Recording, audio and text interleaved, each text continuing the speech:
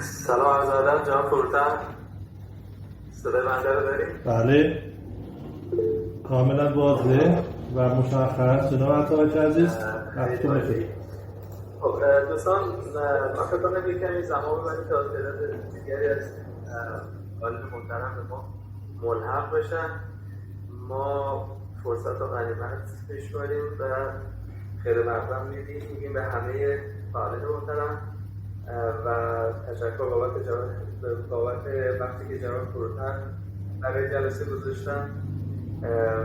اجازه بدیم که من یه فرصت بدم به جناب فروتن، یه سلام علیکم بکنم به دوستان بیشتر به ما مختصر بشن. جناب فروتن، مرسی از زحمتتون، ما در خدمتتون هستیم.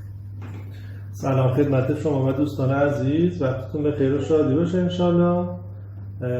خیلی خوشحالم که امروز در خدمتتون هستم و امیدوارم که این تقریبا 90 دقیقه‌ای که پیش بینی کردیم یک 90 دقیقه مفید و همراه با تجربیات ارزشمند برای همه دوستان باشه.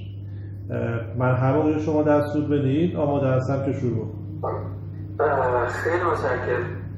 از خانم فروتن خواهش کنم یه توضیح در خصوص مجموعه ایوان طلایی بدن، فعالیتاشون و چه فعالیتی اونجا دارن، به چه صورت هست. ممنون میشم یه توضیح بفرمایید تا باب مطلب رو باز کنیم. خانم فروتن در خدمت ماست. سرکار خانم فروتن، صدای بنده رو داشت. سلام، حال شما خوبه؟ مرسی، متشکرم. عصرتون بخیر. سلامت باشید. من فروتن فرد هستم، مدیر عامل شرکت ایوان طلایی.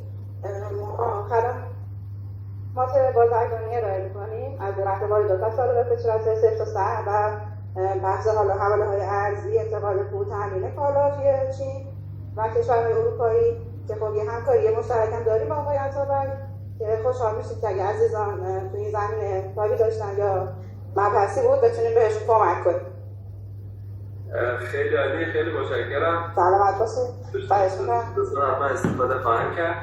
سلامت باشید.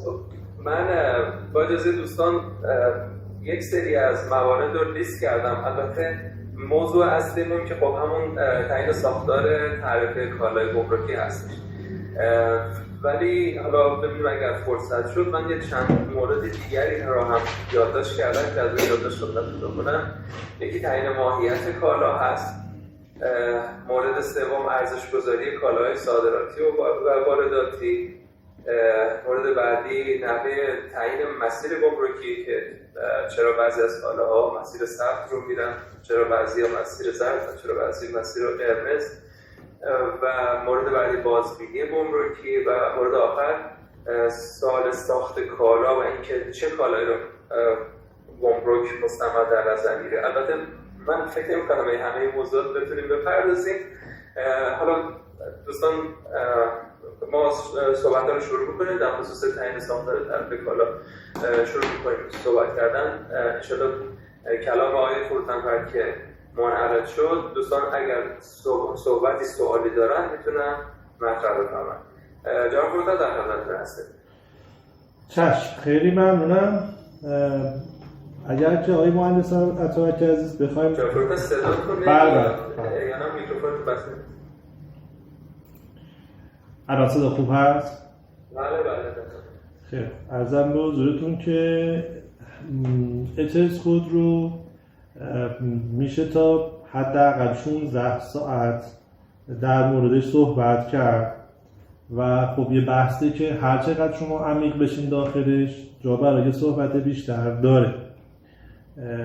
اگر این مواردی که شما دستور دادید رو من میخوام اضافه بکنم، برای هر کدومش باید یه 2 ساعت صحبت کنیم و یه دوره کامل تشریفات گمرکی رو شما الان سر عنوان‌هاشو دادیم که در موردش صحبت بکنم. ولی خب من به قدری که دوستان علاقه‌مند باشن و البته سطح دوستانی که حضور دارن، سطح دانششون و تجربهشون چقدر باشه، میتونیم توی عمق مطلب به قول معروف نفوذ کنیم، صحبت کنیم در موردش. هم این عناوینی هم که گفتید به صورت خیلی خلاصه یا اشاره بار حداقل به یک سریش اشاره میکنم. به هر حال چشم امروز در خدمتتون هستیم و انشالله که همونطور که اول کار صحبت کردم هم یک در واقع جلسه مفیدی رو برای هر دو طرف داشته باشیم. من ماجراجو شروع میکنم. من اگر فایلی رو حس کردم نیاز هست یا صفحه‌ای رو شیر بکنم بعد با اجازهتون برای شما میفرستم و شما به دوستان در صورتی که علاقه من بودن میتونید اون رو منتقل بکنید. جناب پروفسور، من بحث معرفی خودتون رو گذاشتم برای عهده خودتون. سمتتون و معرفی خودتون رو بفرمایید که از چه جایگاهی صحبت بشید. چشم. بنده محمد پروتن فرد هستم. الان هولوش 20 سال هستی در گمرک اصفهان در واحدهای مختلف مشغول به فعالیت هستم. در خدمت دوستان صادر کننده و وارد کننده بودم. از واحد ترانزیت، گمرک مسافری، گمرک پستی، عرضم به حضورتون که واحد احراز هویت که در حال حاضر دوباره مشغول به کار هستم، واحد ورود موقت کالا که باز چند وقتی از هولوش 2 ماهی است که در این مسئولیتش رو به عهده گرفتم و واحدهای دیگه که گمرک تقریبا واحدهایی که توی اصفهان هست و کامل با اجازهتون چرخیدم و تجربیات مختلف میدانی رو داشتم.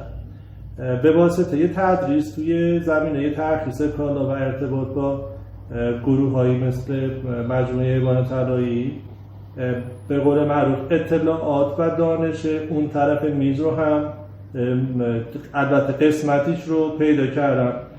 دنیای تشریفات کالا توی گمرک در کشور ما دنیای بسیار بزرگیه و هر روز متاسفانه یا خوشبختانه با چالش‌ها و مسائل جدیدی هم روبرو میشه و همونطور که احتمالاً خیلی از دوستان الان درگیرش باشن به صورت خاص این هولوش 1 ماه اخیر از 9/9 به این سمت بحث کارت‌های بازرگانی و سهمیه‌های صادرات و واردات رو داشتیم که خب یه سری چالش‌هایی برای دوستان فراهم کرده و این رو می‌خواستم بگم به واسطه یه حضور توی این میدان عمل تجربه نسبتاً خوبی رو خدا رو شکر توی این زمینه دارم و توی دوره‌های آموزشی که برگزار کردیم تونستیم که رضایت دوستان رو برطرف بکنیم. هولوش فکر کنم 8 سالم هست که توی بحث تدریس با اتاق بازرگانی اصفهان به صورت شاخص مشغول به همکاری و فعالیت هستم.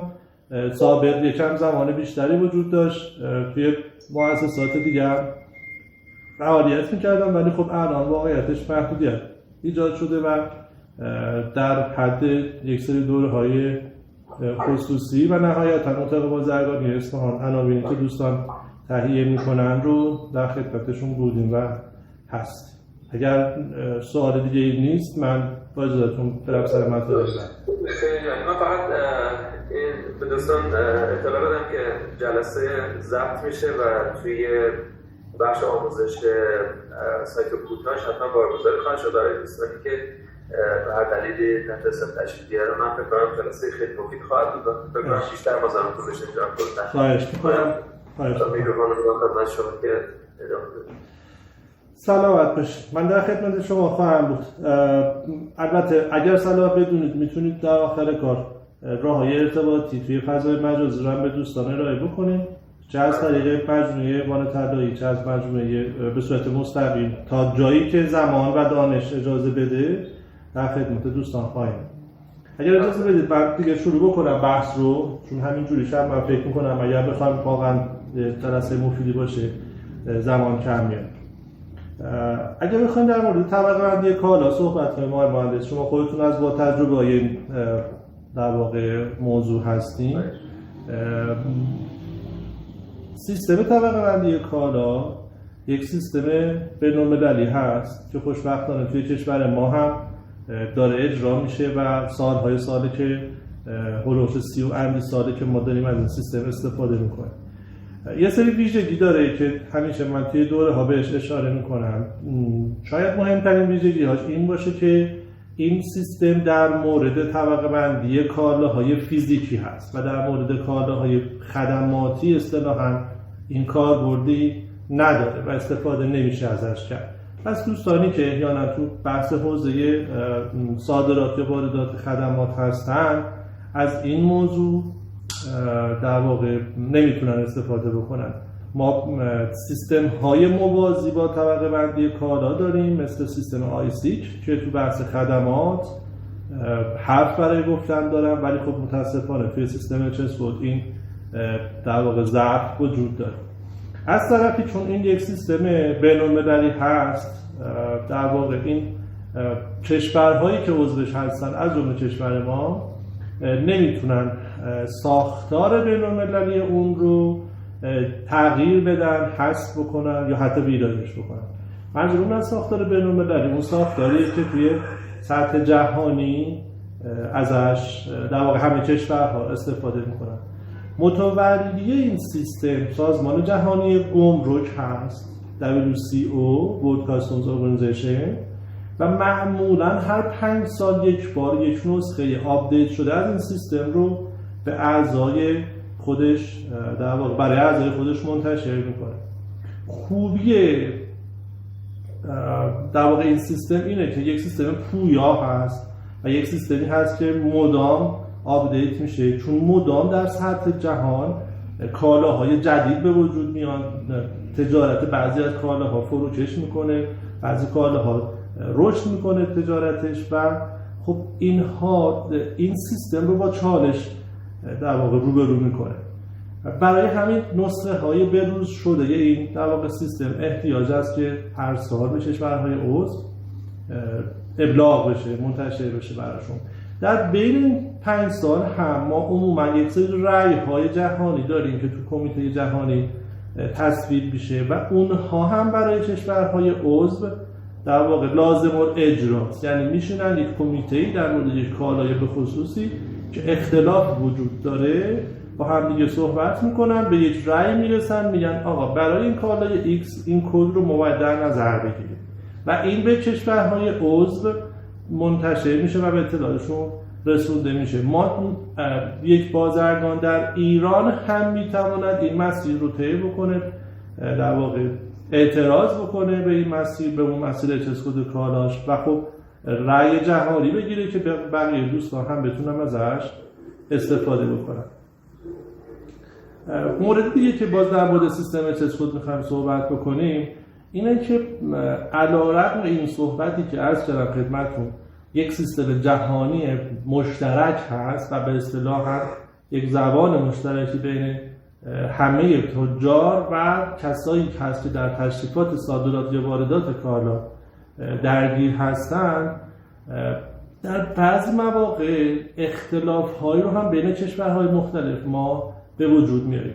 علیرغم اینکه این سیستم به وجود اومده که اصلا این میس آندرستندینگ ها رو یا سوء تفاهم ها رو جلوش رو بگیره، یعنی این سیستم به وجود اومده که همه ما و همیشه توی کلاس های چیزی که در دستم باشه مثال میذارم، به عنوان مثال در مورد این کنترل همه دنیا با استفاده از این سیستم طبقه بندی به یک کالا برسن.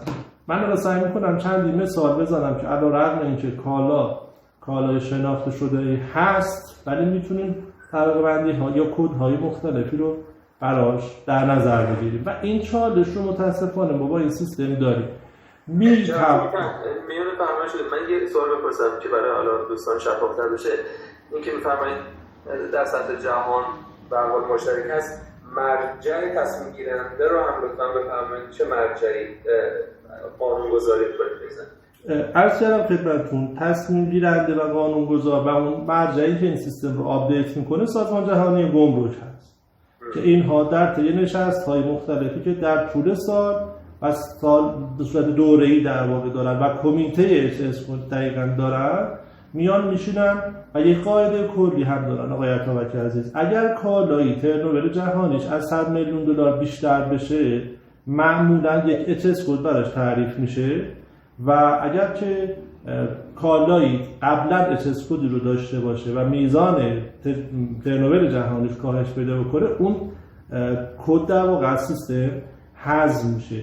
ما اگر دوستان با در واقع کتاب مقررات صادرات واردات آشنا باشن که این منبع در واقع این سیستم طبقه بندی تو کشور ما هست که حالا ان شاءالله بهش رجوع هم می‌کنیم، میبینن بعضی از کدها به صورت 4 رقمی داخل علامت کوتیشن قرار داده شده و چیزی هم جلوش نوشته نشده. این نشون میده که این کد قبلا وجود داشته ولی در حال حاضر دیگه وجود خارجی نداره.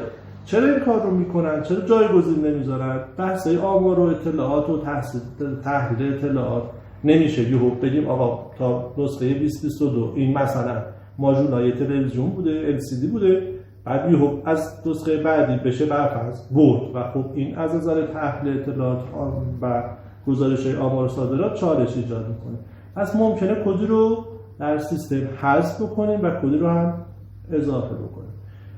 توی کشور ما این سیستم سری کاربردهای داخلی هم داره. در کنار بحث تجارت خارجی، صادرات و واردات، ما یک سری کاربردهای داخلی هم داریم.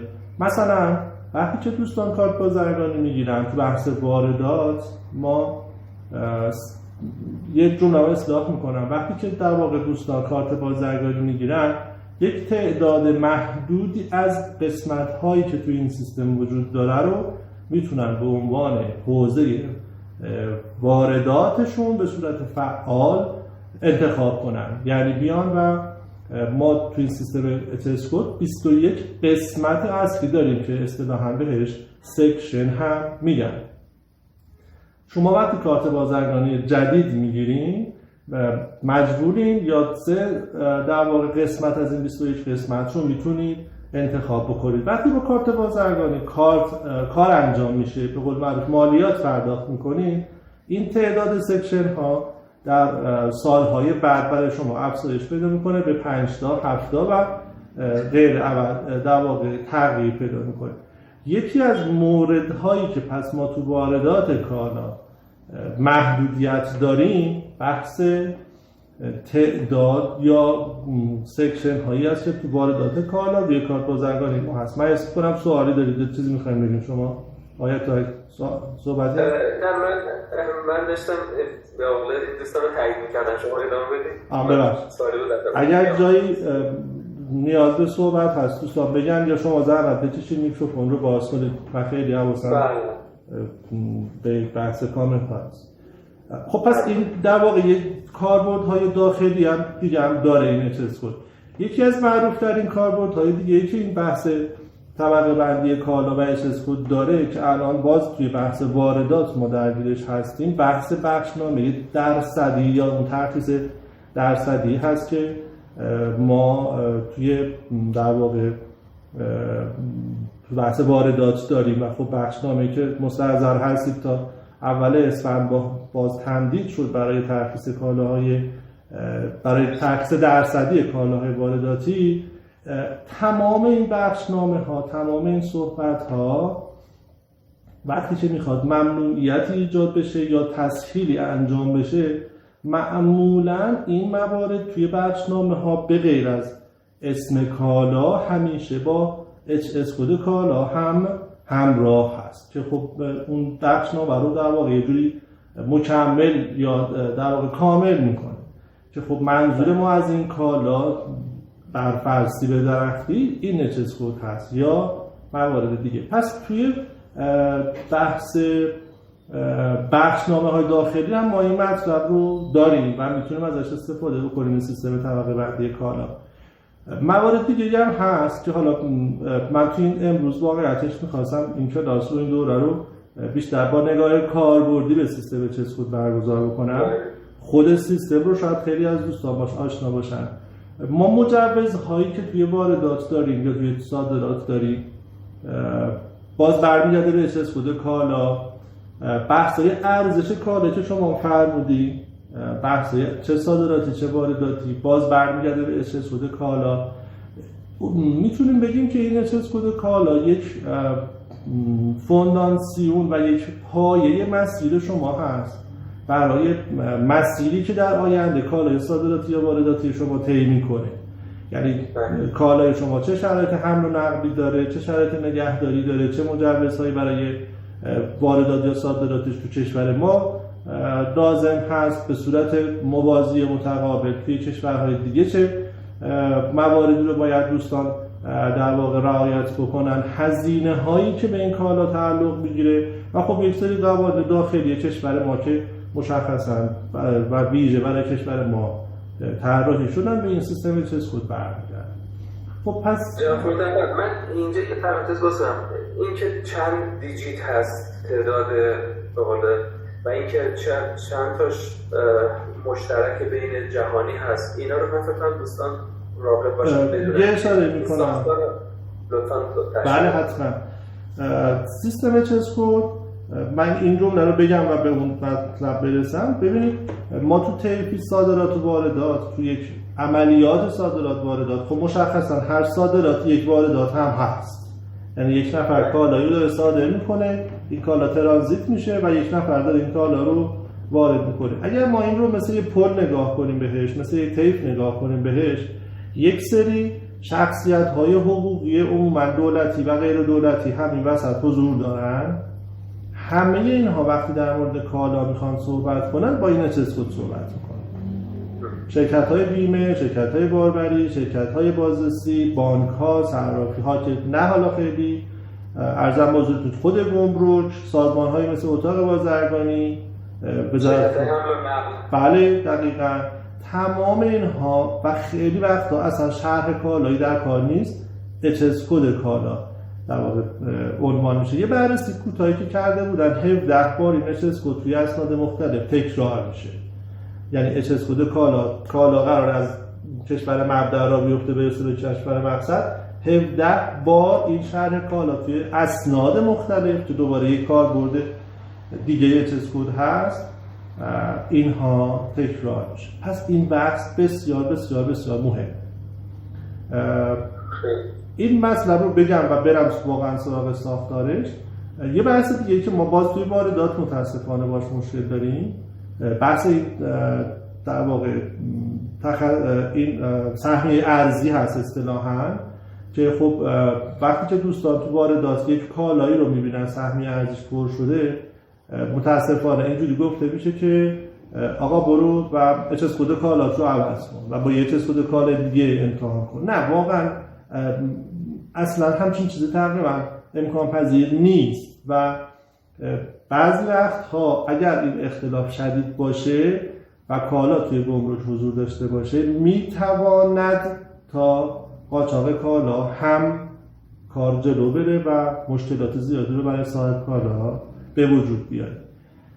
مسئولیت انتخاب چسکود کالا تو کل فرآیند صادرات و واردات صاحب کالا سرایت آورد. یعنی من اگر رفتم پیش فروتن، اگر رفتم گمرک، اگر تو گوگل سرچ کردم، اگر از هوش مصنوعی پرسیدم، هر کدوم از اینها باشه، من وقتی که برای خودم این چسکود رو انتخاب میکنم توی اسنادم میارم، مسئولیتش رو به عهده گرفتم. حتی اگر نامه داشته باشم از گمرک محلی که آقا ما پیشنهاد میدیم این چسکود برای این کالا مناسبه، این در حد پیشنهاده، مشاوره است، مگر اینکه باز یک مراحل قانونی رو طی بکنم و از سمت کمیسیون رفع اختلافات گمرکی اونجا برن و یک حکمی رو بگیرن که برای مدت 1 سال این چسکود معتبر است.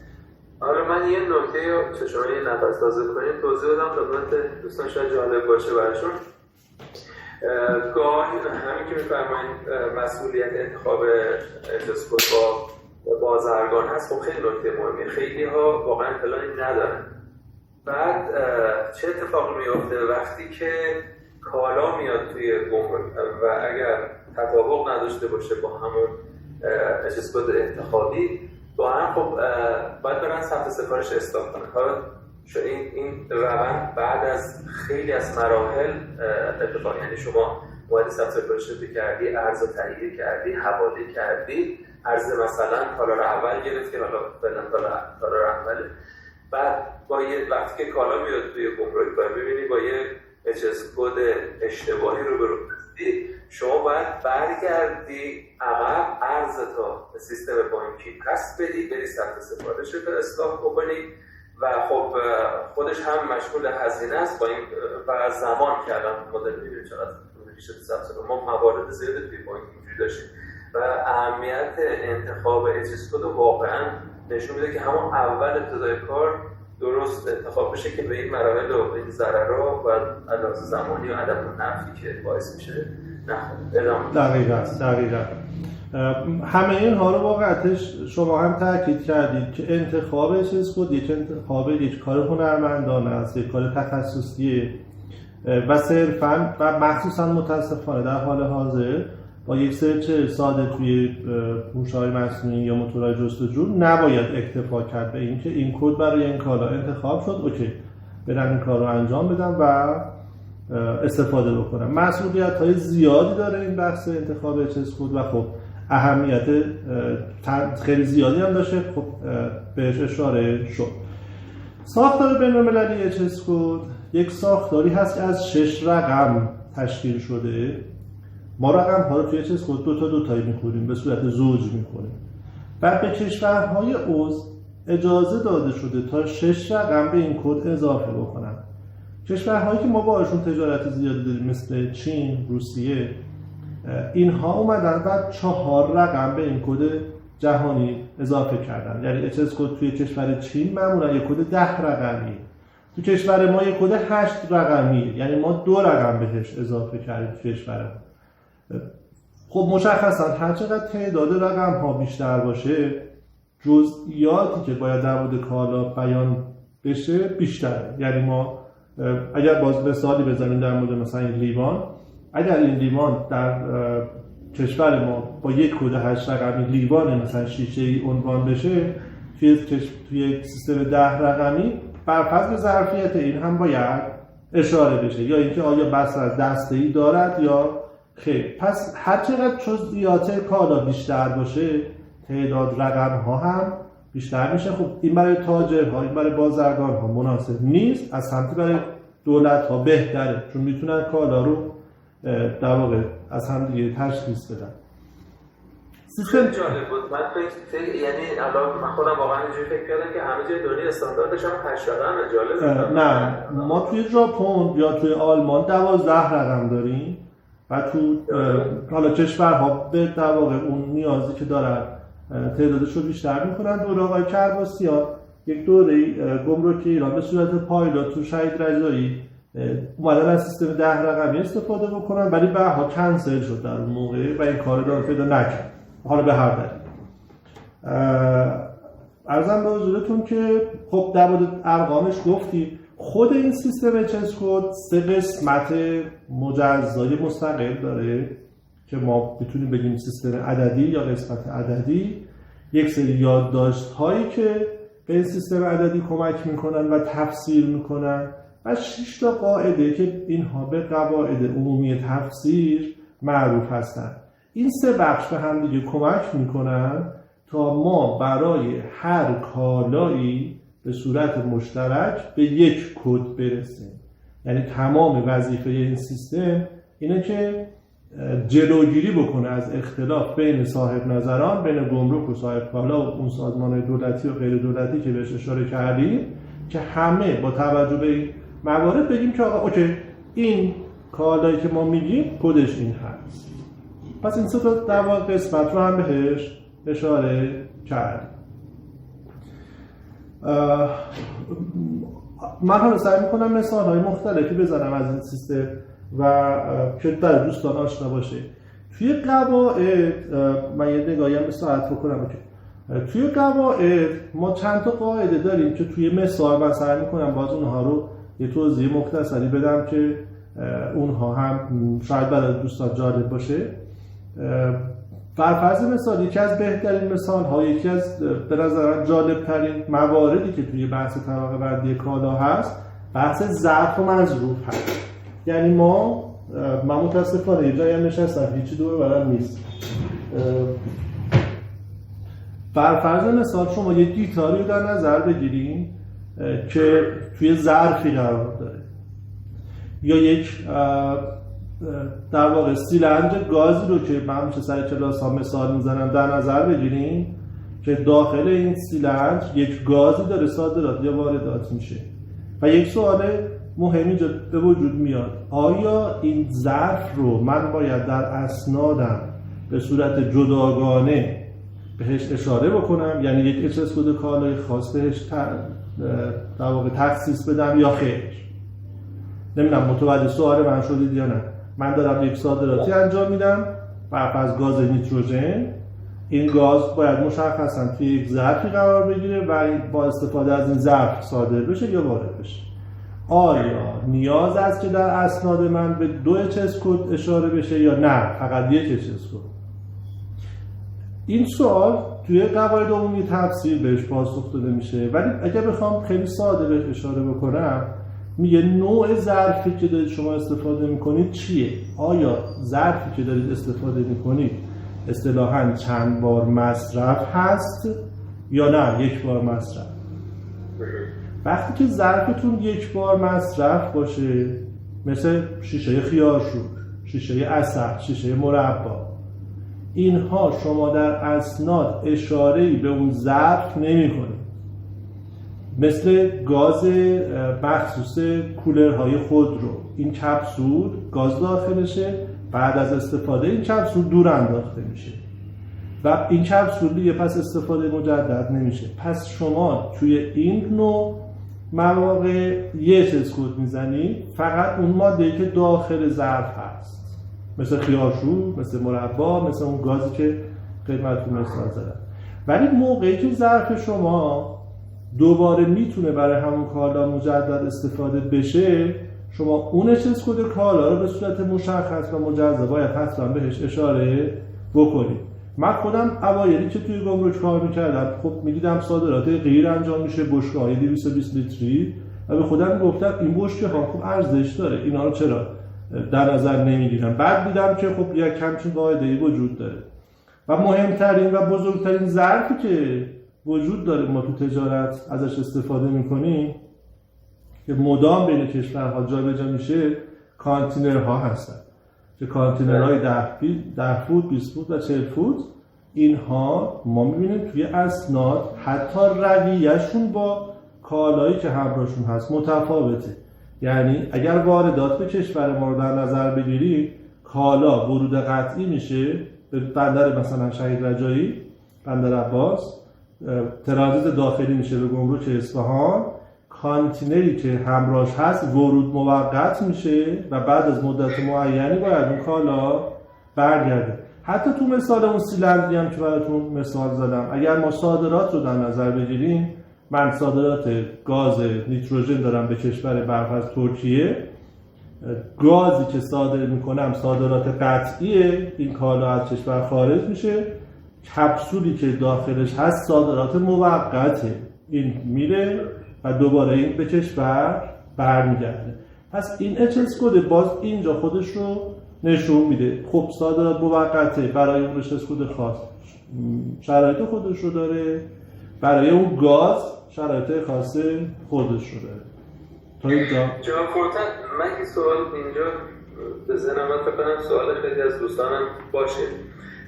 آیا مرجعی هست که حالا یا توی گمرک یا توی ارگان‌های دولتی یا بخش خصوصی مثل اتاق بازرگانی کمک کنن به تجار که انتخاب درستی داشته باشن در خصوص شماره تعرفه گمرکی که گاهن نرن توی کار، حالا کالا بیان موردی بنده اشاره کردن و مشکلاتی که شما اشاره کردید باشون روبرو بشن، آیا مرجعی هست که ازش بتونن مشاوره بگیرن؟ ببینید برای مشاوره متاسفانه یا حالا قوانینی که وجود داره تو کشور ما، برای مشاوره دوستان میتونن به گمرک محلی شهر خودشون مراجعه بکنن. ما توی اصفهان طرف دوستان میتونن با داشتن یک سری مشخصات فنی مثل کاتالوگ یا نمونه حتی کالا مراجعه بکنن، یه درخواست کتبی هم همراهشون داشته باشن. آقای گمرک اصفهان این کالای منه، لطفا در مورد HS کدش راهنمایی بکنید. این نظر خاصی هست توی گمرک؟ نه میسپارن به کارشناسای مختلف در واقع. ولی مهم اینه که این جواب و این در واقع جوابی که گمرک میده در حد مشاوره و نظر هست. اگر من بگم این کد شما میشه 1 2 3 4 5 6 7 8 و شما برید استفاده بکنید تو همین گمرک اصفهان بارتون رو بیارید، من میتونم بگم نه آقا من اون موقع اشتباه تشخیص دادم، این کد چه چیز دیگه است. تنها جایی که ما میتونیم رأی بگیریم که کشور ما ارزش داشته باشه کمیسیون رسیدگی به اختلافات گمرکی هست که اگر کالای شما پیچیدگی‌های خاص خودش رو داشته باشه یا ماهیت‌های خاص خودش رو داشته باشه میتونید درخواست به این کمیسیون بزنید و رأیی که این کمیسیون میده برای مدت 1 سال قابل استفاده است. یعنی ممکنه مجموعه گمرک ایران هست. بله دقیقاً بحث ستاد گمرک ایران و تهران هست. یه هزینه‌ای داره که خب به نسبت به جلوگیری از اختلافاتی که بعد ممکنه به وجود بیاد این هزینه به نظر خیلی عاقلانه است که هزینه پرداخت بشه. پس این در واقع این رو هم خدمتتون عرض کردم. خب بریم جلوتر. عرض کردم خدمتتون که این سیستم در مورد رقم ها صحبت کردیم. تو ساختار بین‌المللی 6 تا، توی کشورها مجاز هستن تا 6 تا دیگه اضافه بکنن. ما یک سری فصول رو هم تو ساختار طبقه بندی کالا داریم، فصل 01 تا فصل 99 که این فصل ها یا شماره فصل ها دو رقم اول اچ کد کالا ها روش، یعنی اگر کالای من بر فرض مثال 0808 باشه مشخصا در مورد فصل 8 من دارم مشخصا صحبت میکنم که در مورد میوه ها و محصولات مشابه هست. پس این دو رقم اول سمت چپ کالا نشون دهنده فصل کالاست. بقیه کدی هم که وجود داره دقیقاً مثل یک آدرس دادنه، یعنی شما توی فصل کالا اصطلاحاً عنوان اصلی یا هدینگ، زیر عنوان یا ساب هدینگ و نهایتاً تو کالا تو کشور ما با رقم 7 و 8 مشخص میشه. این رو هم در مورد ترکیب این اعداد و سیستم طبقه بندی. سوال دیگه تا اینجا هست؟ دوستان اگه سوالی هست بفرمان که فرصت اینجا شفاف سازی بکنم و بعد ادامه بدیم برای ادامه بحث. دوستان سوالی نداشتن؟ خیلی عرضم به حضورتون که البته بذارید من یه فایل رو سعی کنم برای شما شیر کنم. چی می‌خواستم بگم؟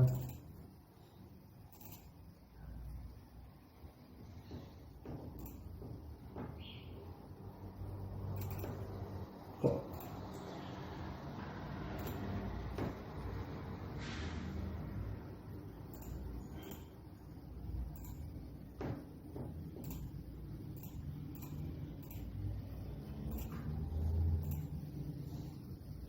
عرضم به حضورتون که ببخشید من این فایل رو شیر بکنم که یک کمی الان دوستان صفحه دسکتاپ من رو میبینین دوستان؟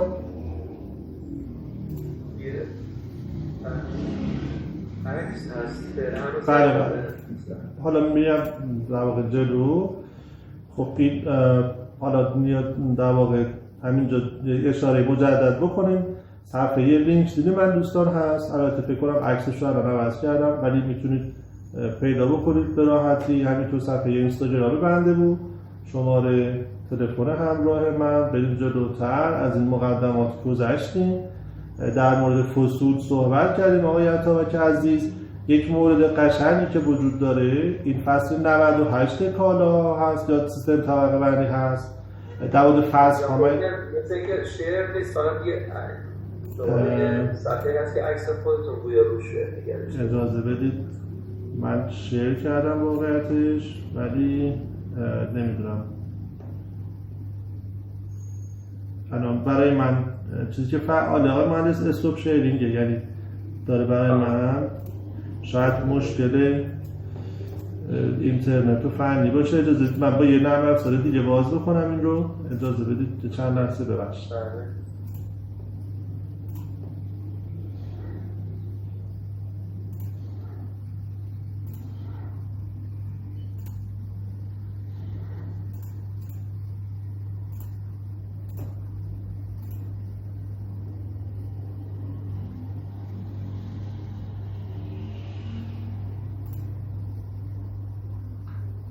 خب الان مشاهده میکنید آقا؟ بله. خب اگر احیانا مشکلی به وجود اومد بفرمایید تا من دوباره چکش بکنم. خب عرض کردم خدمتتون که ما 99 تا فصل داریم توی این بحث طبقه بندی کالا. فصل 77 تو همه دنیا خالی هست، برای استفاده های آینده در نظر گرفته شده و همینطور فصل 98 و 99 هم بهش فصل داخلی میگیم یا 99 رو بهش میگیم فصل سایرها، 98 رو هم به اختیار کشورها برای یک سری طبقه بندی های خاص استفاده میشه. توی کشور ما فصل 98 برای قطعات منفصله ماشینالات و کمباین ها صرفا برای واحدهای تولیدی استفاده میشه. یعنی به عنوان مثال ما مثلا در مورد خودرو، قطعاتی که خودرو داره مثل چراغ، سپر، نمیدونم گردی، موتور و غیره، اینها توی فصل 98 یک بار طبقه بندی شدن ولی در جای خودشون مقصد خودشون هم توی سیستم طبقه بندی شدن. قانون گذار تو کشور ما میگه که فصل 98 رو اون موقعی در نظر بگیرید که یک واحد تولیدی داره این قطعات رو در واقع وارد میکنه. قطعات خودرو هست، موتورسیکلت هست، دوچرخه هست، هر چیزی که تقریبا میتونیم بگیم رونده هست توی فصل 98 تو کشور ما طبقه بندی شده و خب کشورهای دیگه ممکنه که از این سیستم جور دیگری استفاده بکنن. پس 98 و 99 من با سایر دنیا متفاوته. این رو هم خواستم این رو به دوستان اشاره بکنم که حواستون باشه. در مورد نسخه هاش گفتم خدمتتون، ما توی سازمان جهانی گمرک هر سال در واقع این نسخه 5 سال آپدیت میشه. یه نکته دیگه که وجود داره، ما به رقم 6 به بعد این اچسکو در صورتی که وجود داره NTL میگیم، نشنال تعریف لاین میگیم. توی سایت های ترید مپ مثل مک مپ، مثل در واقع توی ابزارهای آرتیستی مثل ترید مپ و مک مپ شما میبینید وقتی میخواین آمار و اطلاعات رو سرچ بکنید یا قوانین رو سرچ بکنید به شما میگه که آقا این رو بر اساس NTL بیان سرچ بکنن یا بر اساس قاعده کلی. پس این NTL مخففه نشنال تعریف لاین هاست، خطوط تعرفه ملی که از رقم 6 به بعد استفاده میشه و توی کشورها برای نسخه های خودشون در واقع استفاده میشه. آیا تا باید تصویر رو داریم؟ بله تصویر هست.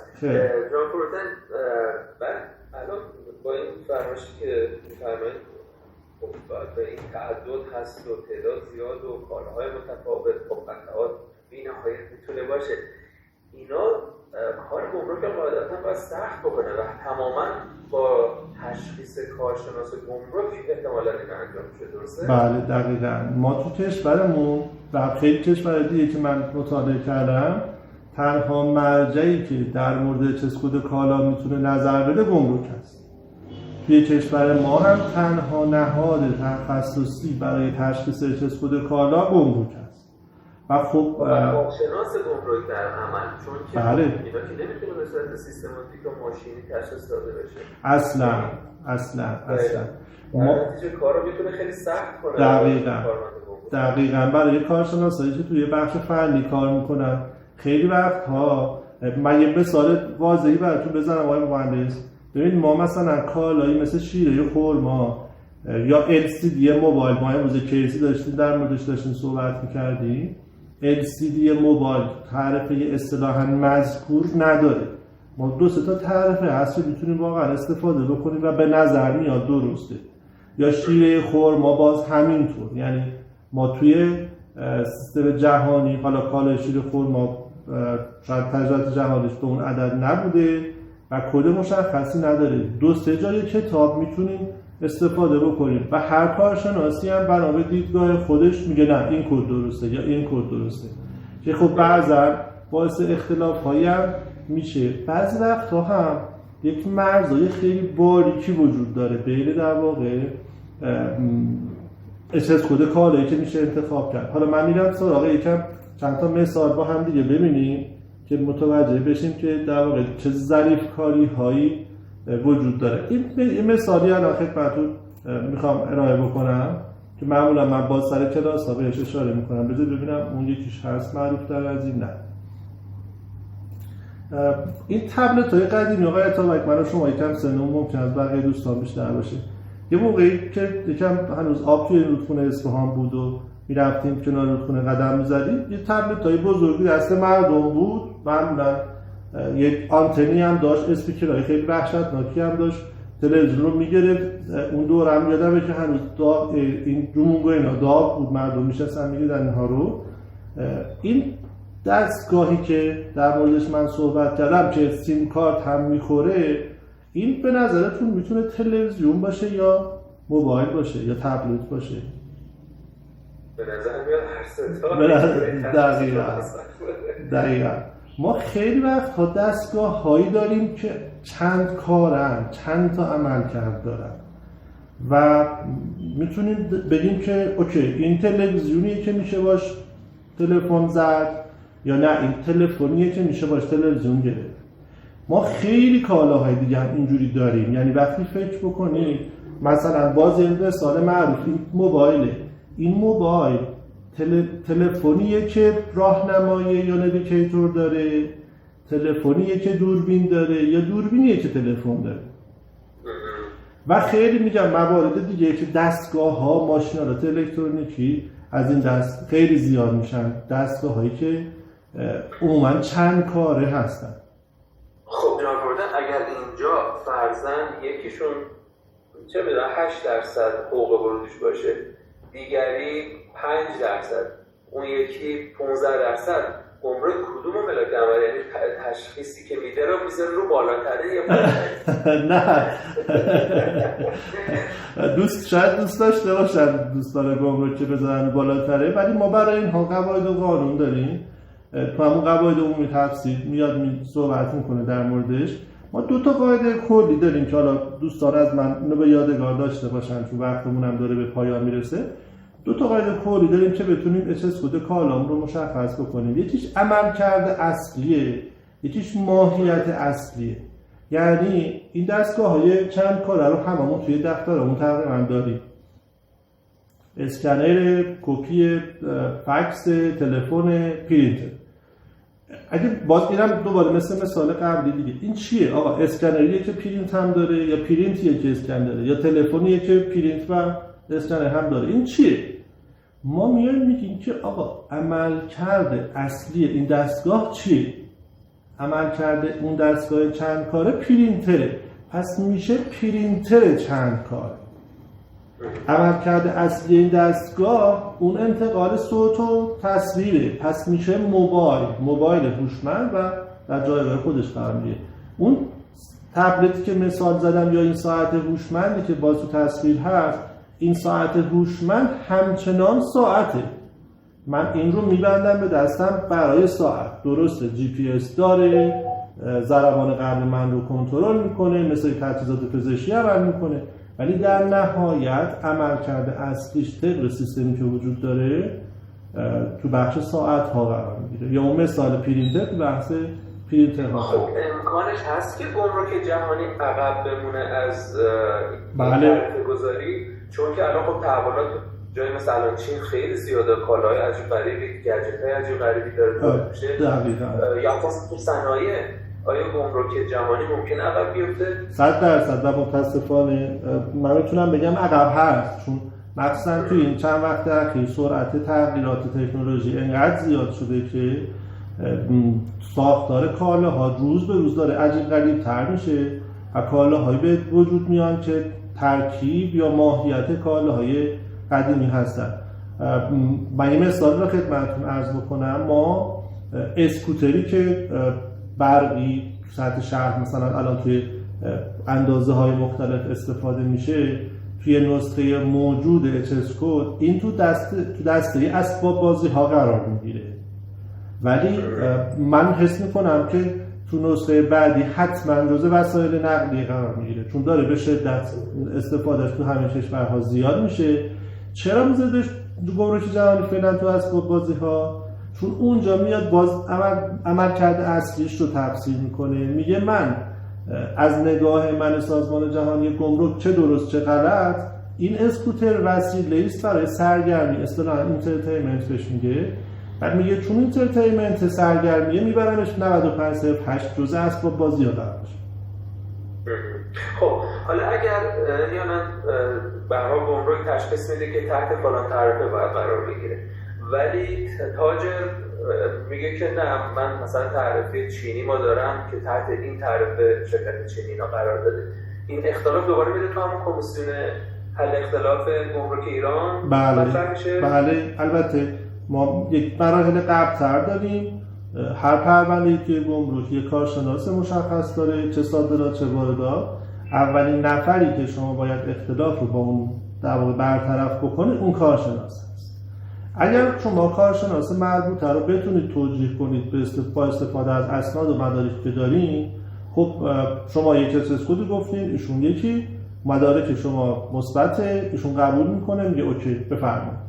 اگر ایشون توجیه نشد، نفر بعدی که میتونید بهش مراجعه بکنید معاونت فنی یا معاون امور گمرکی هست که کالای شما در اونجا داره کار ارزیابیش و اظهارش انجام میشه.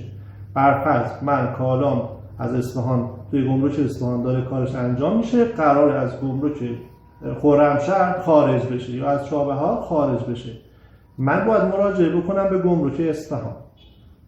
معاونت فنی باز مدارک و مستندات ایشون ممکنه قبول بکنه، ممکنه قبول نکنه. اگر باز قبول نکرد، اصطلاحاً کمیته فنی در گمرک محلی کالا، پس میشه گمرک اصفهان کمیته فنی متشکل از چند تا واحد در واقع مسئولای واحدهای مختلف مثل درب خروج، بازبینی، بازرسی و سرویس ارزیابی، مدیریت، حراست و غیره هست. میشینن دور هم مستندات شما چک میکنن و میگن که اوکی حق با صاحب کالاست یا با گمرک. باز فرض میگیریم شما رأی مثبت نمیگیریم، مرحله بعدی میشه دفتر تخصصی. ما یک دفتر تخصصی در واقع اچس کد داریم تهران زیر مجموعه ستاد که شما مستنداتتون رو به اونجا مراجعه میکنید، اونجا باز مستندات شما رو چک میکنن که آقا اوکی این کالا با این مستنداتی که صاحب کالا میگه دفتر تعرفه ممکنه رأی یا نظر شما رو قبول بکنه یا نه. بعد از این ما دو تا کمیسیون داریم، کمیسیون حل اختلاف و کمیسیون تجدید نظر. این دو تا کمیسیون جناب عطاک عزیز هزینه دارن، یعنی رأیی که میره اینجا تصمیم گیری بشه در واقع مستلزم پرداخت هزینه است، ولی مراحل قبلی که خدمتتون عرض کردم هزینه رو برای شما در بر نداره. مثل انبارداری هم که ممکنه بهش بخوره اونها بله، ولی اونها هست. از نظر گمرک در صورتی که حقوق ورودی یکسان باشه، اگر طرف‌های مختلف بحث روش باشه ولی حقوق ورودشون یکسانه که دیگه فکر نکنم. نه ما متاسفانه به این سادگی نیست. ببینید ممکنه که بله ببینید ممکنه مجوز کالا فرق بکنه، گروه کالا از نظر وارداتی فرق بکنه. عرضم به حضورتون که یک کالا ممکنه که حتی ممنوع باشه توی دسته کالا. بر فرض مثال، این مثال یکم میخوام یادتون بمونه، ما لیفت لاک بالای 10 تن و زیر 10 تن داریم یا کالاهای مستعمل. حالا همینجا یک سوال شما را جواب بدیم. کالاهای مستعمل عموماً برای کالاهایی که تا 5 سال عمر کرده باشن برای گمرک قابل قبولن و اگر این 5 سال و 1 ماه شد این دیگه قابل واردات کردن نیست. یعنی با یک گذر زمانی شاید 1 ماهه این اچس کد کالای شما فرق میکنه، شرایط واردات یا شرایط صادراتش ممکنه به کلی عوض بشه. یعنی لزوما اختلافی که پیش میاد برای صرفاً بحث حقوق ورودی نیست. دقیقاً ممکنه خیلی موارد کناری هم وجود داشته باشه که اونها شاید حتی در واقع اهمیتشون بیشتر بشه. یکی از مهمترین مسائلش همین بحث دستگاه مستعمل. خب این سوال دیگه که پیش میاد اونم که آیا وقتی که یک موردی روش اختلاف هست میره به یه نتیجه میرسه، بعد از اون مراحلی که فرمودید برمیگرده و تعیین تکلیف میشه، آیا اون ملاک تشخیص قرار میگیره برای موارد آتی؟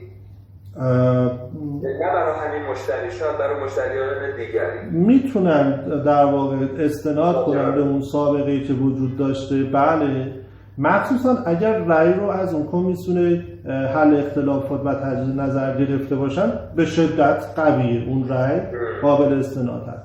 ولی بر فرض مثال من گمرک اصفهان یک کالا رو آوردم، کمیته فنی تشخیص داده کالای X با تعرفه X هست. گمرک بوشهر، گمرک یزد، گمرک شیراز میتونه اون نظر رو قبول نکنه، یعنی اون در جایگاه خودش دوباره قضاوت میکنه.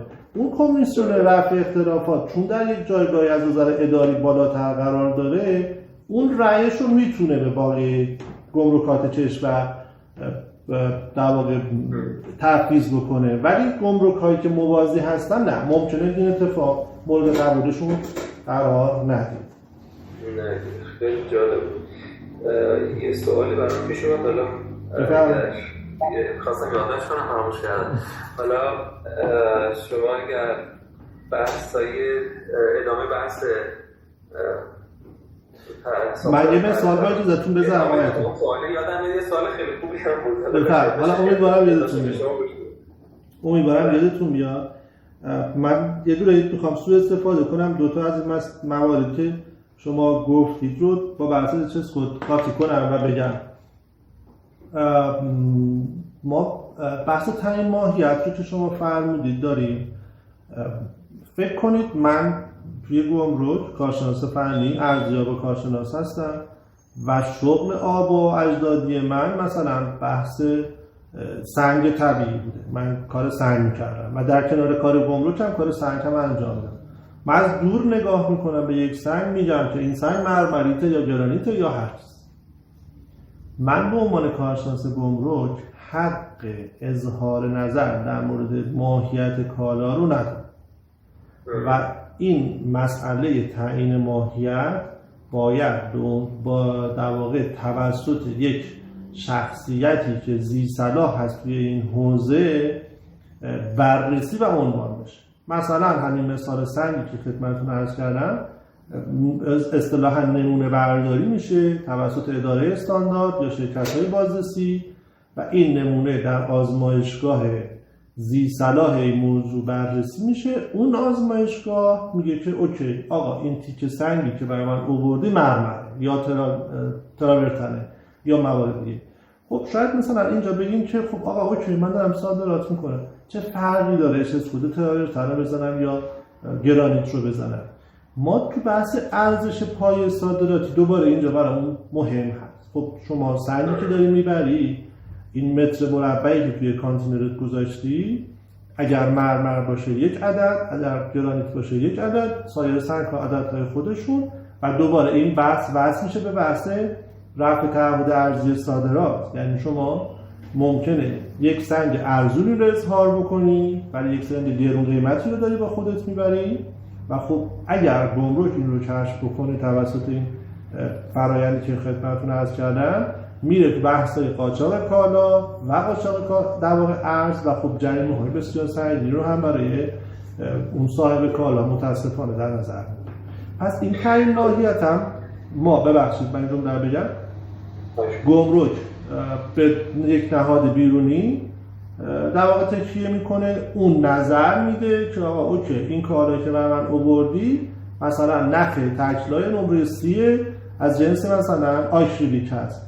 اینجا گمرک با توصیف کالا میره چه خود کالا رو در واقع پیدا. اون سوالی که مد نظرم بود اینه که گمرک آیا روی تعرفه‌های وارداتی بیشتر حساسه یا صادراتی؟ بیشتر وارداتی. در عمل ما بیشتر روی واردات مشخص. درآمد دولت هست، یعنی درآمد در کنار مجوزهای دیگه، یعنی صرفاً میگم بحث درآمدی صرفاً نیست. مجوزهایی که توی فرایند هست این شاید حتی اهمیت بیشتری الان پیدا بکنه. اون برای همین خب مشخصاً روی بحث در واقع واردات حساسیت بیشتری هست. توی صادرات یا میتونم اینجوری کلی بگم ما رویه‌ای هم که داریم برامون مهمه، یعنی اون اگر صادرات از محل عام باشه و کالا هم ریسکش کم باشه آقای مهندس، مثلا یه کالا مثل برف از بیسکویت، کیک، این کیک حالا خیلی یه چیز خودش بالا پایین بشه خیلی مهم نیست، ولی وقتی این کالا تبدیل میشه به کالای شیمیایی مثل حلال‌های نفتی که کالاهایی هستن که عموماً سوبسید دارن و یاران دولت تحویلشون تعلق میگیره، اینجا گمرک حساسیتش رو ببره بالا. اینجا یکی از اون مواردیه که تو مسیر کالا هم در واقع تو مسیر اظهارنامه هم تاثیرگذاره. یعنی رویه شما صادرات کالاتون کالای پر ریسکیه، پس ریسک ها میره بالا، مسیرتون اصطلاحاً به مسیر قرمز رنگ تبدیل میشه، چک های بیشتری، بررسی های بیشتری انجام میشه روی کالا. نه یک کالای عمومیه یا تو بحث واردات هست. بر فرض مثال یک شرکت نساجی یک ماده اولیه رو یا الیافی رو مدام از یک کشور مشخص از یک فروشنده مشخص وارد میکنه، طبق تسهیلاتی که در حال حاضر وجود داره تا 6 ماه در صورت تکرار خرید همون کالا از همون فروشنده اون وارد کننده میتونه به سندهای قبلیش استناد کنه و از تعیین ماهیت معافیت. یعنی ما تو بحث واردات هم یک جاهایی به وارد کننده، به تولید کننده مخصوصا میان و امتیاز میدن که کار سریع‌تر انجام بشه. یعنی مثلا اگر بحث سرمایه‌گذاری خارجی باشه که مثلا ماشینالاتی بخوام بیارن ممکنه مثلا آسان‌تر باش برخورد بشه با بسیاری که بیشتر نه متاسفانه نه. همون که خدمتتون عرض کردم برای واحدهای تولیدی اوکی هست در صورت تکرار، یعنی اگر من واحد تولیدی یا به واسطه سرمایه‌گذار خارجی بیام یه واحد تولیدی مثل واحدهای توی اصفهان داریم سمت کوفه‌های برق آهنی اونجور موارد رو تولید میکنن، این سرمایه‌گذاری خارجی وقتی میخواد مواد اولیه‌اش رو بیاره برای بار اول دقیقاً تعیین ماهیت میشه، اون مجوزهای خاصش گرفته میشه. اگر همون کالا رو توی مثلا 40 روز بعد 50 روز بعد بیاره تو بازه 6 ماهه، این دیگه از تعیین ماهیت معافه. یعنی میگه آقا من 40 روز پیشون رو بردم، این همونه، گمرک هم میگه اوکی چون واحد تولیدیه برو. ولی برای بازرگانی تعیین ماهیت هر بار بود، بعد خوشبختانه اینو اسمش کردن گذاشتن گویا 6 ماهه، یعنی همون مدت 6 ماه شما. دقیقاً. ما تو کالای صادراتی هم باز برای واحدهای تولیدی همین رو داریم. برفرض شما یک واحد تولیدی هستین که مفتول مثلا مسی تولید میکنه و پروانه بهره برداریتون هم مرتبط کاملا با این موضوع، شما یک بار که انجام بدین تا 6 ماه این خب این تعیین ماهیت هزینه داره برای شما دیگه، هزینه ریالی و هزینه زمانی که خب مشخصا این 6 ماه رو به شما گمرک در واقع تسلیم ده. یکی از دوستان فکر کنم یه سوالی دارن اون اگر اشتباه ندیده باشن میتونن میکروفون رو باز کنن صحبت کنن. سلام بر شما. سلام. خوب هستی شما؟ ممنونم از لطفتون، مرسی از مطالب مفیدی که دارید ارائه میدید. من یه سوالی از حضورتون دارم جناب فروتن، این 6 ماهی که میفرمایید آیا از همون یک گمرک خاص باید انجام بشه؟ به فرض محموله اول از گمرک شهید رجایی اومده فرضاً، حالا محموله بعدی قراره از یه جای دیگه ای وارد شه به فرض مثال، آیا این 6 ماه تأمین داده میشه به مبادی ورودی و گمرکات کل کشور یا فقط باید از همون یه گمرک خاص انجام بشه؟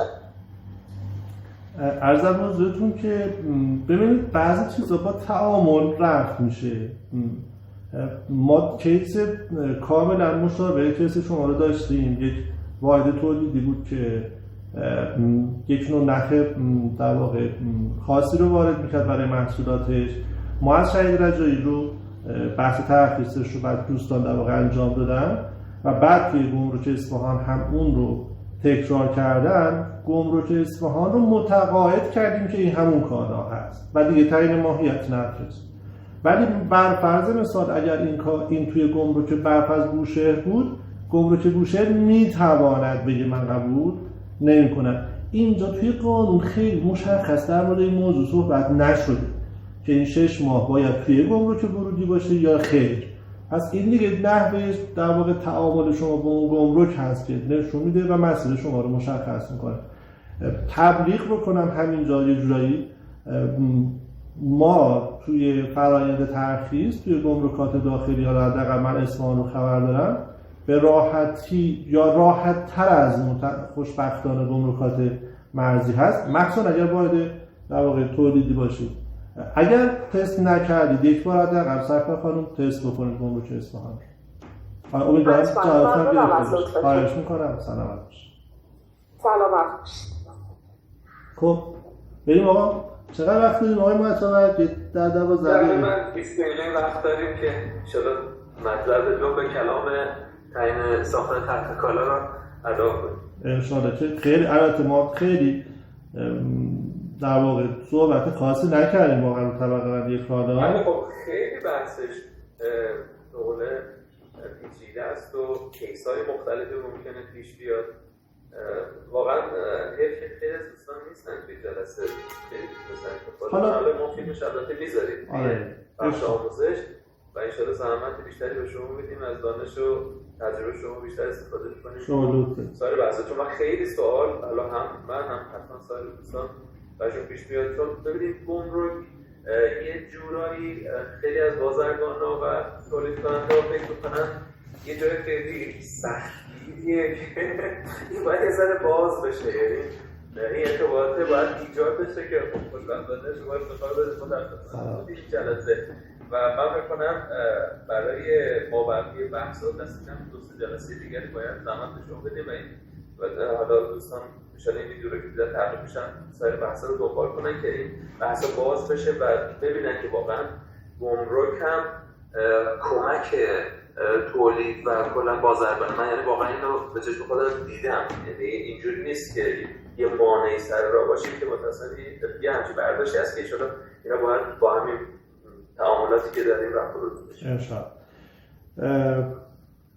عرض ما توی حلقه تجارت مخصوصا واردات تقریبا به عنوان نهادی هستیم که در آخر مرحله قرار داریم و صاحب کالاهای اتابک کلی مسیر رو طی کرده، ثبت سفارش، نمیدونم تخصیص ارز، کلی زمان، کلی هزینه و بارش میاد توی گمرک به خاطر مثلا نداشتن تخصیص ارز اصطلاحاً رسوب میکنه و همه اخبار اینه که کالا تو گمرک مونده، آقا گمرک بده، آقا گمرک سختگیره، یا مثلا ما موظفیم. حالا به غیر از در واقع بحث‌های درآمدی، بحث سلامت جامعه هم هست، یعنی ما کالایی رو در واقع کالاهایی رو محافظت میکنیم که خب آقا این کالا اگر آلوده است، اگر کیفیت درستی نداره، اگر اون حداقل کالا نداره وارد کشور نشه و خب اینها وظایف مهمتری هم هست اتفاقا در قبال جزء رسالت‌های به هر حال گمرک سلامت جامعه. دقیقاً. و خب متاسفانه سوء استفاده هایی هم متاسفانه بعضی وقتا انجام میشه که خب اینها رو سعی میکنم باهاش برخورد بکنم. من 2-3 تا چیز دیگه بگم که یکم سعی میکنم قضیه فان داشته باشه، یکم حوصله دوستانم یکم خستگیشون در بره. البته یه قاعده‌ایه که به دردمون میخوره، یه قاعده‌ای که توی طبقه بندی کالا توی تصویر امیدوارم داشته باشید، یه عکس درخت اینجور چیزا هستن ببینید، اینه که هر چقدر شما کالاتون روش پردازش بیشتری انجام بشه، هر چقدر کالاتون روش پردازش بیشتری انجام بشه، عملیات بیشتری انجام بشه، این کالا HS کد بزرگتری بهش تعلق میگیره از نظر ریاضی. تعداد رقم ها مشخصا تغییر نمیکنه. تو مثالمون داریم درختان زنده فصل 06 و وقتی که عرضم حضورتون که چوب و محصولات چوبی تو فصل 44 و نهایتاً تو فصل 49 کتاب ها، مجله ها و روزنامه ها داریم. یعنی دقیقاً یک بیس کالا از درخت شروع شد، تبدیل شد به کاغذ، فرایند پردازش روش انجام شد، کد کالا از طبقه ششم رسید از فصل ششم رسید به فصل 49. هم تو کل سیستم این برقراره، هم تو فصل ها. یعنی من کالام اگر کالایی باشه که حالت مواد اولیه داره، حالت خام خودش رو داره، تو فصول اول کتاب طبقه بندی میشه. هر چقدر این کالا فرایند پردازشی بیشتر روش انجام بشه، توی آخر کتاب طبقه بندی میشه، تو آخر سیستم طبقه بندی میشه. یعنی همون سنگی که مثال زدم، سنگ کوب تو اوایل کتاب فصل 25، سنگ اسلب توی اواسط کتاب فصل 68 قرار میگیره. وقتی شما توی گوگل سرچ میکنید اچ اسکوت فورستون، بهش نمیگید این اسلب یا کوب هست، میگه آقا من چند تا اچ اسکوت دارم. اونجا دیگه گوگل تشخیص نمیده و شما به عنوان یک متخصص اچ اسکوت باید بگید اوکی من سنگم خامه اوایل کتاب، پس در واقع کدهای کوچکتر رو باید بگردم. یا بودن چرا برای کالای ممنوع، من جالبه برام دیدم خب فرضاً کالای ممنوع مثل تریاک، البته خب میدونم به صورت کالای مواد اولیه شرکت دارویی میاد، ولی مثلا یه سری کالای حالا به صورت حسن اینا هم تعرفه گمرکی دارن، اینا خب اگر اجازه ورود ندارن چرا تعرفه گمرکی بدن اساسا؟ خودتون چی فکر می‌کنید؟ ارزم بازتون که اجازه ورود نداشته، حالا بعضی‌ها مثلا غیر شرعی هم به تشخیص کشور ایران که مثلا مواد مشروب هست، الکلی هست و اینا، خب جا دیگه بعد استفاده داره، ولی یه سری هست که واقعا همه جا ممنوعه، مثل مواد اینا چرا تعرفه گمرکی بدن؟ ببینید ارزم بازتون که حالا در مورد کشور خودمون صحبت می‌کنیم. برفرض اولا که گفتیم ساختار اچ اسکوت یک ساختار بین‌المللیه و هیچ کشوری حق دخالت، ویرایش، حذف یا اضافه کردن در اون ساختار بین‌المللی رو نداره. ما توی تجارت جهانی کالاهایی مثل مشروبات الکلی رو داریم که خب تنوع جهانی خیلی بزرگی داره، یا گوشت خوک یا پوست خوک از مواردی هست که توی سیستم اچ اسکوت دنیا وجود داره، تو کتاب تعرفه ما هم وجود داره. ولی چرا اینها حقوق ورودی دارن؟ چرا جلوشون عدد نوشته شده؟ اینا برای بحث‌های قاچاق و ارزش‌گذاری کالای قاچاق هست.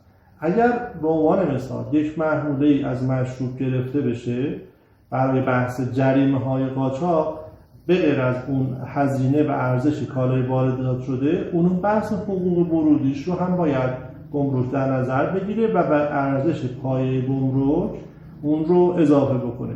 برای همین کتاب مقررات صادرات واردات ما برای همچین کالاهایی یک در واقع تعرفه یا حقوق ورودی معمولا وجود داره. این هم جالب بود، خیلی جالب بود. چند سال پیش یه خبرگزاری اومد گفت که وا مصیبت‌ها نشستین و گمرک داره برای خودش نمیدونم مشروب وارد میکنه و حقوق ورودی وجود داره اینا. بعد خلاصه کلی دفاع کردن آقا بابا این سیستم بین‌المللیه، ما نمیتونیم مثلا دستکاری کنیم. یه سوالی بپرسم، حالا به قول شما حیف تعداد دوستان کمه، حالا دوست داشتیم که چالش برانگیزتر باشه. اگر یادتون باشه ما توی بحث اون سه تا قسمت اصلی سیستم اچ اسکوت گفتیم که اچ اسکوت از سه تا قسمت اصلی تشکیل شده: اون ساختار عددی، یادداشت‌ها و قواعد عمومی تفسیر. توی یادداشت‌ها خیلی وقت‌ها کالا رو میان تعریف میکنن، یعنی میگه آقا از نظر من گرانول اینه، شمش اینجوری تعریف میشه، یا پنیر باید این شرایط رو داشته باشه، یا موارد دیگه. یکی از کالاهایی که میشه بهش اشاره کرد، میگم یکم بحث فان داشته باشه، مثلا لباس نوزاد هست. از نظر سیستم اچ اسکوت چه لباسی روش میگیم لباس نوزاد؟ واقعا چه مثلا مشخصاتی رو باید داشته باشه که بهش بگیم لباس نوزاد؟ چی فکر می‌کنی آقای عطابک؟ والا تشخیصش از یه سنی واقعا سخت باشه. حالا یه قسمتش ممکنه راحت قابل تشخیص باشه، ولی از یک سن خاصی به اون طرف میتونه تشخیص، نمیدونم شاید نوع دوختش، نوع مدلش. ما دقیقاً توی فصل 61 که به عنوان مثال لباس‌های نوزادی از جنس خاصی طبقه بندی میشه، توی یادداشت‌ها این رو داریم که من حالا از روش بخونم با اجازهتون. نوشته اصطلاح لباس و متفرعات لباس برای نوزادان شامل اشیایی برای کودکان خردسال بوده که قد آنها از 86 سانتی متر بیشتر نباشه. ما خیلی وقت‌ها توی یادداشت‌های سیستم طبقه بندی این موارد رو داریم و سابکارلا متاسفانه توی این موارد گیر میکنن، بارشون گیر میکنه، جریمه میشن، به خاطر اینکه شما وقتی در واقع اچ کالاتون رو پیدا میکنید خیلی از دوستان به یادداشت‌ها مراجعه نمیکنن و گیرشون میندازه. این لباس نوزاد رو من تو مخیله خودم میگم خب مثلا تا نمیدونم سایز فلان یا نمیدونم قد فلان یا جنس فلان، در صورتی که ما دقیقاً براش این رو تعریف داریم. این استاندارد ممکنه تو کشورهای مختلف فرق، مثلا یه نوزاد فرزن مثلا کشور سیاه‌پوست تا چین ممکنه خیلی سایز این 86 خب چین رو آقای عطابک چین رو تعیین می‌کرد. یادتونه اول کار گفتیم اون کمیته‌ای که وجود داره تو سازمان جهانی گمرک، شاید نمیدونم متوسط نوزادای دنیا رو گرفتن، مثلا گفتن آقا 86 سانتی متر عدد خوبی. بله همین میتونیم اصلا تعمیل بدیم به حالا این که مثاله به خیلی از کالاها که یه بوردرلاینی پیش میاد که تشخیص گمرک اونجا واقعا سخت میشه، یعنی سختی کار گمرک اینجاست که مشخص بشه که دقیقاً گفتیم که این سیستم وجود داره که همه افرادی که دارن از این سیستم استفاده میکنن در مورد یک کالای خاص به یک کد برسن. تمام این دعوا سر اینه دیگه. من میگم لباس نوزاد باید پنبه باشه حتما، اون یکی میگه نه قدش مهمه، اون یکی میگه جنسش مهمه. میگم نه بیاید اصلا کاری به درست و غلطی این کار نداریم، درست و غلطش رو نمیدونیم، شرط میذاریم با هم، قاعده تعیین میکنیم. اگر 86 سانتی متر بیشتر بود دیگه لباس نوزادی نیست، اگر کمتر بود لباس نوزاد در نظره و این اچ کدش مشخص میشه. حالا فکر کنید مثلا کشور برفرض مثلا بنگلادش که یکی از تولید کننده‌های لباس توی دنیا هست، خودش تولیدات خوبی داره، میگه که اوکی آقا من لباس نوزادی نمیخوام به کشورم وارد بشه برای حمایت از مثلا مصرف داخلی. خب اینجا کالا که توی گمرک میاد ملاک میشه، من در واقع اون 86 سانتی متر.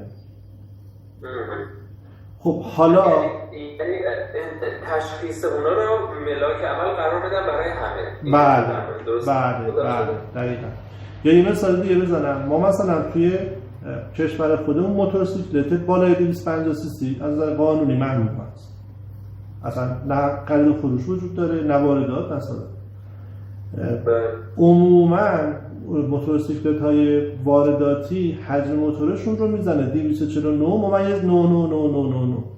یعنی اون تاجر اون تولید کننده هم میاد از ماکسیموم فضایی که داره سعی میکنه استفاده بکنه، این رو به اون مرزی برسونه که از نظر گمرک قابل قبول باشه. من گفتم 250 به بالا ممنوعه دیگه، اوکی 249/999.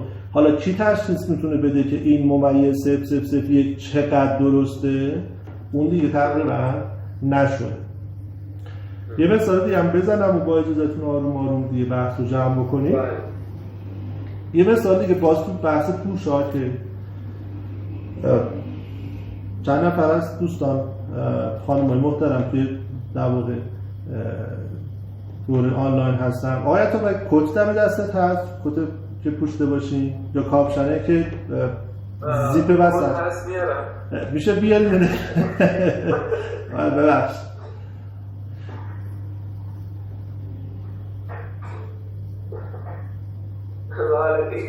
این کت آقا ایوان این لبه های جلو رو روی هم بذاریم، منظورم اون لباس قسمت جلوش هست که میبندینش. ببینید فکر کنید میخواید بپوشینش خب، یا پیراهنی که دکمه داشته باشد میخواید دکمه هاشو ببندید.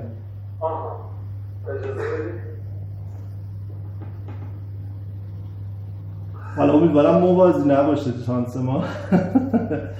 آقا این از راست به چپ الان شما از کدوم بر اینو بستینش؟ چپ به راست یا راست به چپ؟ دکمه سمت راست. حالا ببینید به چپ. حالا تو سیستم طبقه بندی کالا میاد و میگه که آقا من از کجا تشخیص بدم لباس مردونه است یا زنونه است یا اصلا جنسیتی نداره.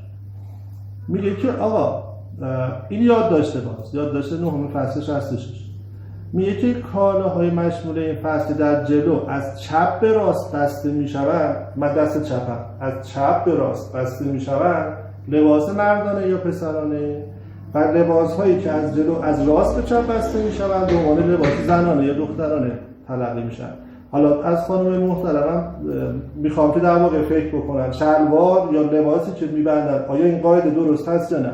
ما سر کلاس همیشه تست میکنیم و معمولا هم درسته، یعنی همین خانم‌ها میگن بله ما از بندیم، آقایون میگن بله ما از بندیم.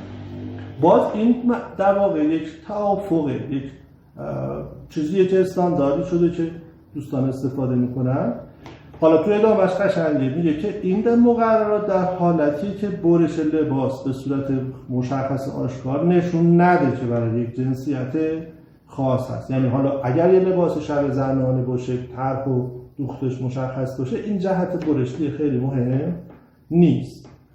نکته بعد میگه که لباس هایی که قابل تشخیص نباشن که لباس مردانه یا پسرانه هستن یا زنانه یا دخترانه هستن به عنوان لباس زنانه طبقه بندی میشن. مثلا یه تیشرت ساده ای که هیچ چاپ به خصوصی نداره، طرح به خصوصی نداره یا دوخت به خصوصی نداره، این لباس رو دیفالت سیستم میگه برو تو لباس زنانه طبقه بندی بکن. جواب بردن بر یه موضوعی که حالا به ذهنم میاد اونمی که آیا میشه گفت که کالاهایی که مثلا مواد اولیه هستن تشخیصشون برای گمرک راحت تره، یا مثلا همین به هر حال یه اسپکتروم، یه طیف دیگه از مواد اولیه شروع میشه تا گروه تکمیلی که شما فرمودین که تعداد رقماش هم ممکنه زیادتر باشه از لحاظ تعرفی، میشه گفت اونایی که به مواد اولیه نزدیکترن تشخیصشون برای گمرک راحت تره و همینجور به برات میاد جلوتر سخت‌تر میشه؟ 100%. وقتی که کالاها یا عملکرد مشخصی دارن یا ماهیت مشخصی. عملکرد مشخص مثلا یک کفش، مثل کلاه، مثل پوشاک فارغ از جنسیتش، اینها مشخصن، مثل یک خودکار، وسیله‌ای برای نوشتن، مثل ساعت، مثل خودرو و غیره. اینها به راحتی قابل تشخیصن. یا تو ماهیت مثلا شیر خام، بر فرض مثال آب، سنگ، انواع سنگ‌ها، انواع کالاهای معدنی به راحتی قابل تشخیصن. ولی وقتی که یک پارچه 50% پنبه بود، 50% پشم بود، این پارچه پنبه پشمیه یا پشم پنبه. وقتی دستگاه از چندین عمل کرد، مثلا دستگاه مکانیکی داریم، برش میزنه، پرس میکنه، ارزم بازون بسته‌بندی انجام میده، میگه کدوم ماهیت اصلیه، تو چرا این دستگاه رو میخری؟ برای بسته‌بندیش، برای پرس کردنش، برای برش دادنش. اون ماهیت، اون عمل کرده اصلیه در واقع میاد وسط. خیلی جانم؟ من از یادم خیلی عالی. حالا شما این فرمایشتون تکمیل بشه من یه سوال پایانی بکنم بپرسم. عرضم بزرگتون که بسیار واقعتش دنیای بزرگ و متنوعی هست و به نظر داره پیچیده تر هم میشه، یعنی روز به روز داره بر پیچیدگی این موارد اضافه میشه، تو کالاها دارن با هم دیگه ترکیب میشن. یه مثال دیگه بزنم دیگه من بحثمو تموم میکنم. ما شیر رو داریم، یک کالا مشخص، کاکائو رو هم داریم، باز یک کالا مشخص. این دوتا رو با هم قاطی میکنیم، محصول جدیدمون میشه شیر کاکائو. شیر خودش یک چسکود داره، کاکائو یک چسکود مشخص. شیر کاکائو هم یک چسکود مشخصه برای خودش داره. چرا؟ چون ماهیت این وسط عوض شد. ما نمیتونیم بگیم این شیر کاکائو مثلا 90% شیره یه چسکود، اینقدر کاکائو داره یه چسکود، اینقدر شکر داره یه چسکود. یا یه مثال دیگه بزنم شاید این مثال بهتری باشه. ما یه در چوبی رو در نظر بگیریم، یا بذارید باز یه مثال قشنگ‌تر بزنم که تو قواعد هم هست. ما یک اصطلاحاً کالای بلنک داریم. این عینک من میگه که اگر این عینک حتی شیشه نداشته باشه، باز این اسکلت رو فارغ از جنسش شما به عنوان عینک باید طبقه بندی بکنید. این قواعد عمومی و یادداشت‌هایی که توی سیستم وجود داره رو اگر دوستان علاقه‌مند باشن و بخونن، حداقل تو حوزه کاری کالای خودشون خیلی بهشون جهت میده که از این اختلافاتی که توی گمرک ممکنه به وجود بیاد جلوگیری بشه. من صحبتم رو تموم کردم در خدمت. یه فقط اگر توصیه‌ای نمیدونم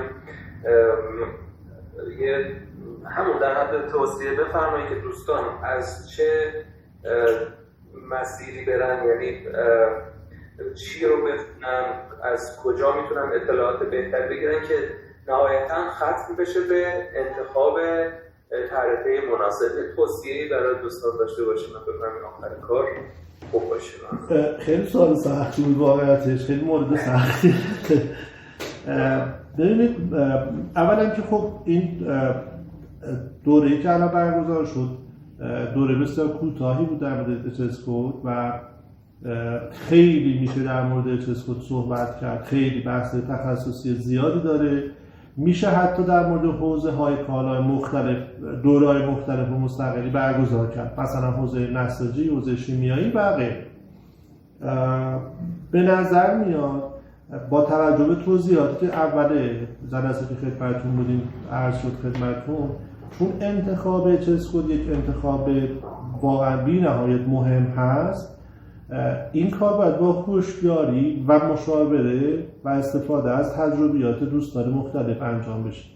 گروهی از دوستان که میتونن به شما کمک بکنن دوستانی هستن که ترخیصکار یا حواله‌ورکار یا کارگزارای گمرکی هستن.